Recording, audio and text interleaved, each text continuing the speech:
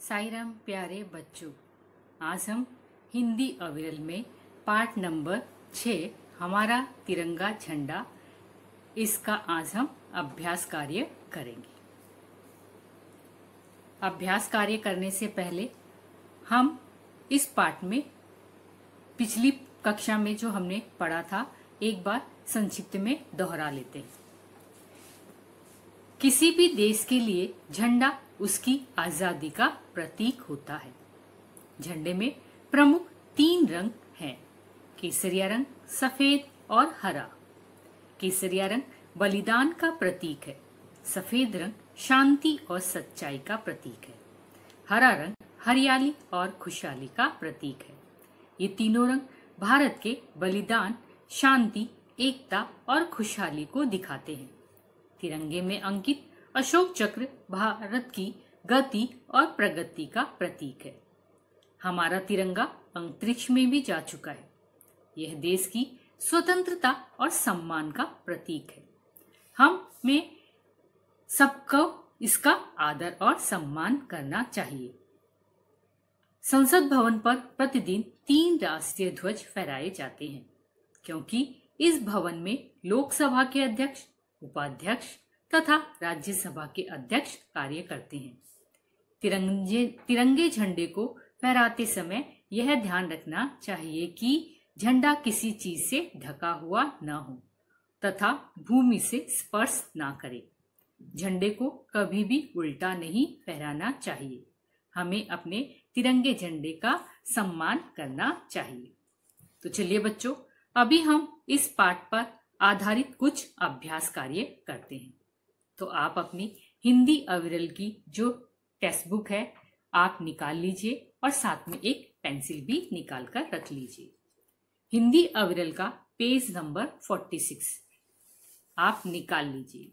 उसमें प्रश्न नंबर 2 से हम यहाँ से शुरू करेंगे।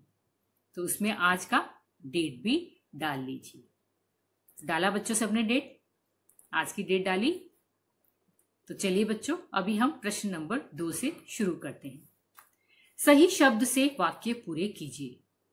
यहाँ पर फिलिंग द ब्लैंक्स दिया है, ऊपर ऑप्शन दिया है और नीचे वाक्य दिए हैं। तो ऊपर से हमें शब्द चुनकर वाक्यों में लिखने हैं।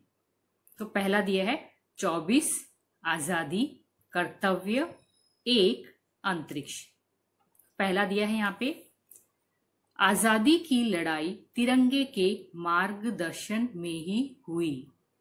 यहाँ पे बच्चों देखिए, जो लाल रंग में जो शब्द है वो उत्तर है। तो आपको उत्तर हिंदी अविरल टेक्स्ट बुक में खाली जगह जहां पर दी है वहां पर आपको उत्तर लिखना है। तो यहाँ पे लाल शब्द में क्या आया है? आजादी। तो आपको पहले वाक्य में आजादी लिखनी है। तो आजादी की लड़ाई तिरंगे के मार्गदर्शन में ही हुई। दूसरा दिया है हमारा यह तिरंगा अंतरिक्ष में भी जा चुका है। तो आपको उसका उत्तर लिखना है अंतरिक्ष। लिखा बच्चों? तीसरा देखते हैं, अशोक चक्र में 24 आरे हैं। तो इसका उत्तर क्या आया बच्चों? 24। आगे देखते हैं, सरकारी इमारतों पर केवल एक ही राष्ट्रीय ध्वज फहराया जाता है। तो यहाँ पे उत्तर क्या आएगा बच्चों? 1। लिखा बच्चों सबने? तिरंगे की रक्षा करना हम सबका कर्तव्य है। तो यहाँ पे बच्चों क्या आएगा इसका उत्तर? कर्तव्य। तो पहले में क्या आया? आजादी। दूसरे में क्या आया? अंतरिक्ष। तीसरे में क्या आया? 24।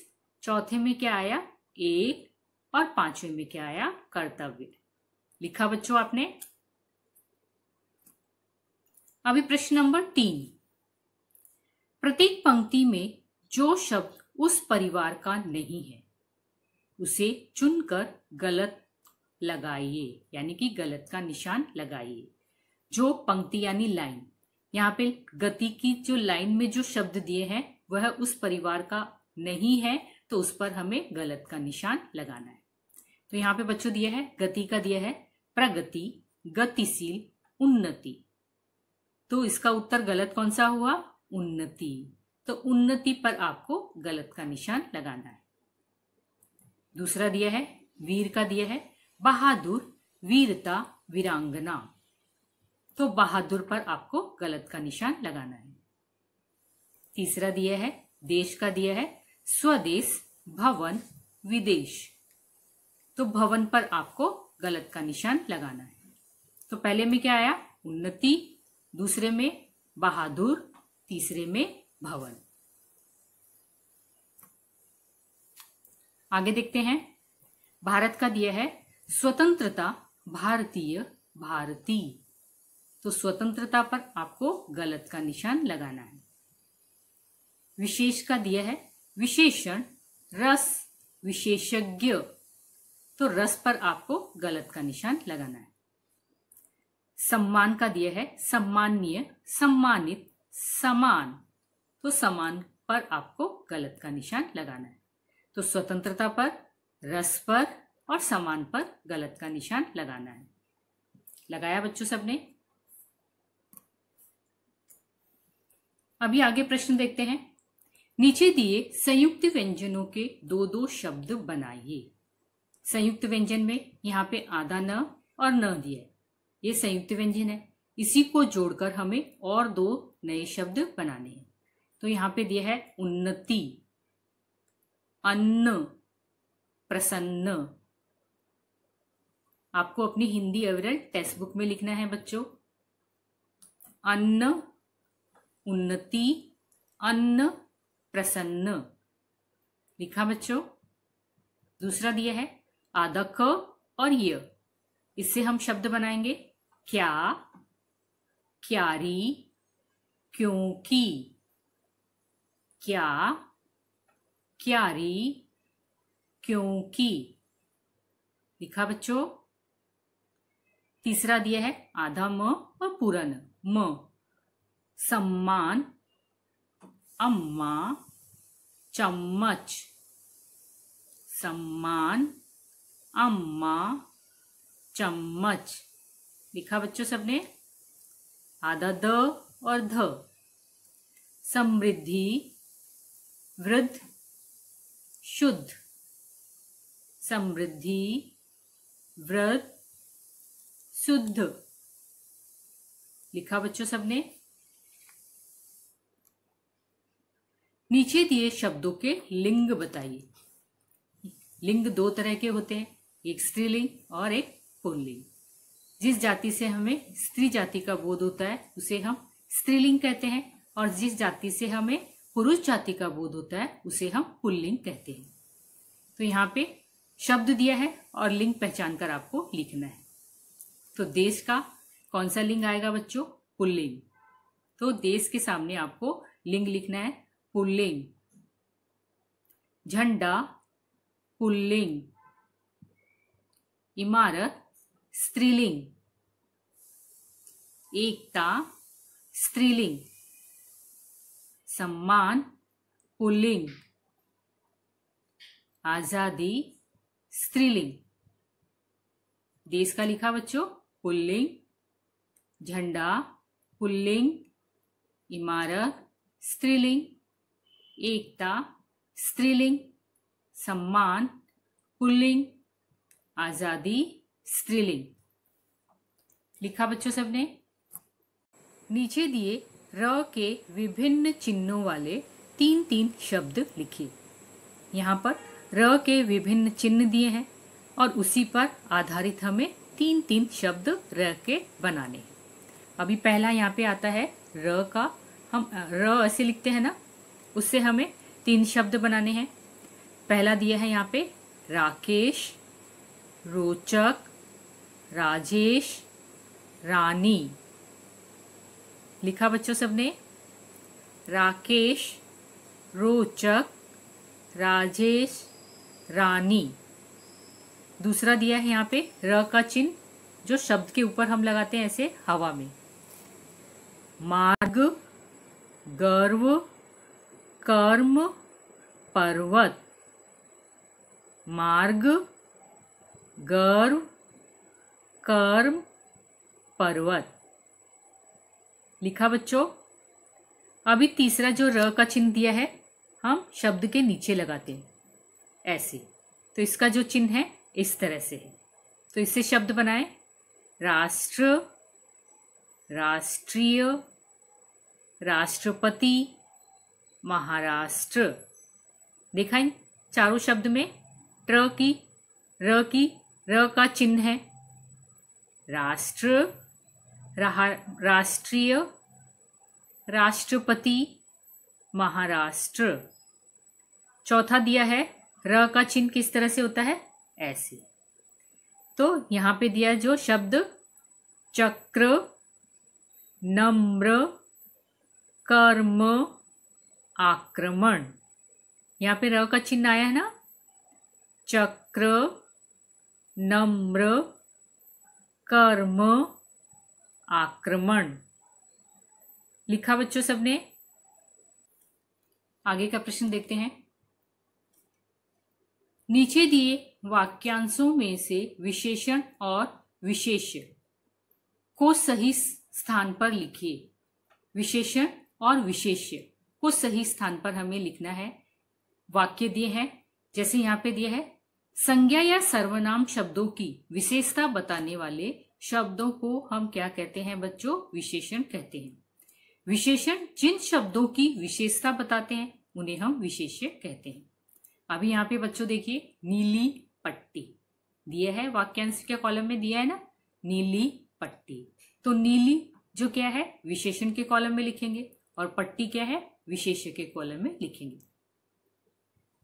नीली पट्टी, तो नीली विशेषण और विशेष्य पट्टी।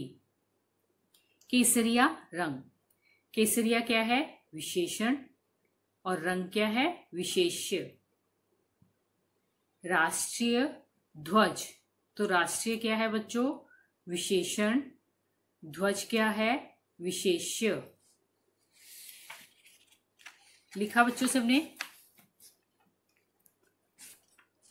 सरकारी भवन, सरकारी क्या है, विशेषण, विशेष्य क्या है, भवन। भारतीय राजदूत, तो भारतीय क्या है, विशेषण, राजदूत क्या है, विशेष्य। लिखा बच्चों सबने। अभी पेज नंबर 48। भाववाचक संज्ञा के सामने टिक लगाइए। भाववाचक संज्ञा के सामने टिक लगाइए। जिस शब्द में मन के भाव, गुण अथवा अवस्था का पता लगता है उसे हम भाववाचक संज्ञा कहते हैं। देश 4 हरियाली लड़ाई, तो यहाँ पे भाववाचक संज्ञा क्या आएगा बच्चों, हरियाली और लड़ाई। तो हरियाली और लड़ाई पर आपको भी सही का निशान लगाना है। दूसरा दिया है झंडा, सच्चाई, स्वतंत्रता, नीला, तो यहाँ पे क्या आएगा, सच्चाई, स्वतंत्रता।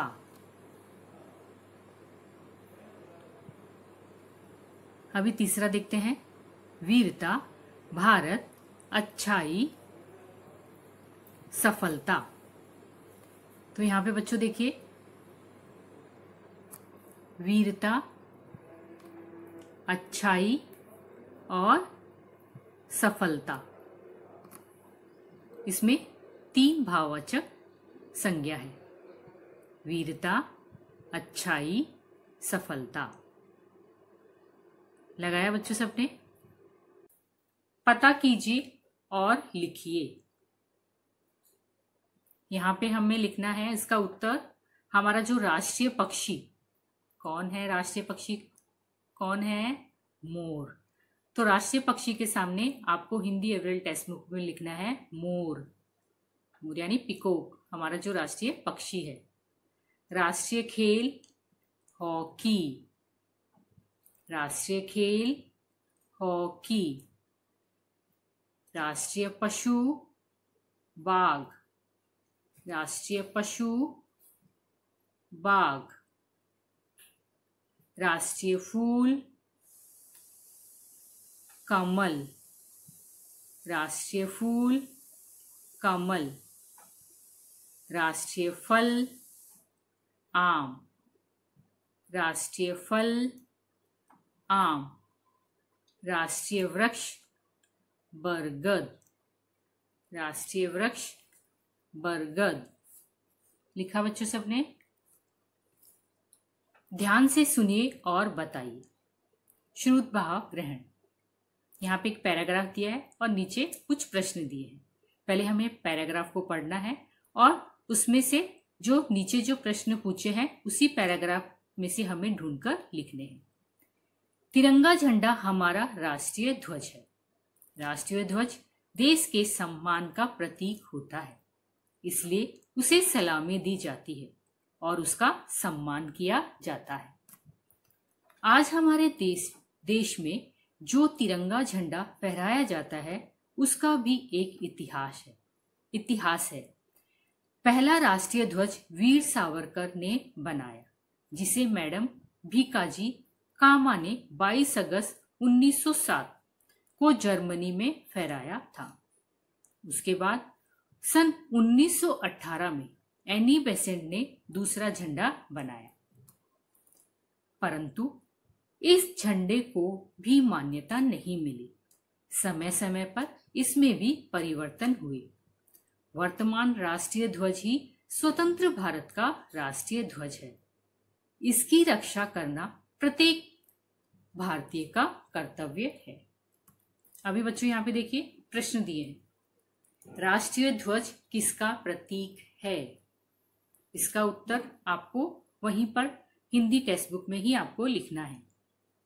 राष्ट्रीय ध्वज देश के सम्मान का प्रतीक है। राष्ट्रीय ध्वज देश के सम्मान का प्रतीक है। दूसरा दिया है, हमारे देश का पहला राष्ट्रीय ध्वज किसने बनाया? हमारे देश का पहला राष्ट्रीय ध्वज किसने बनाया?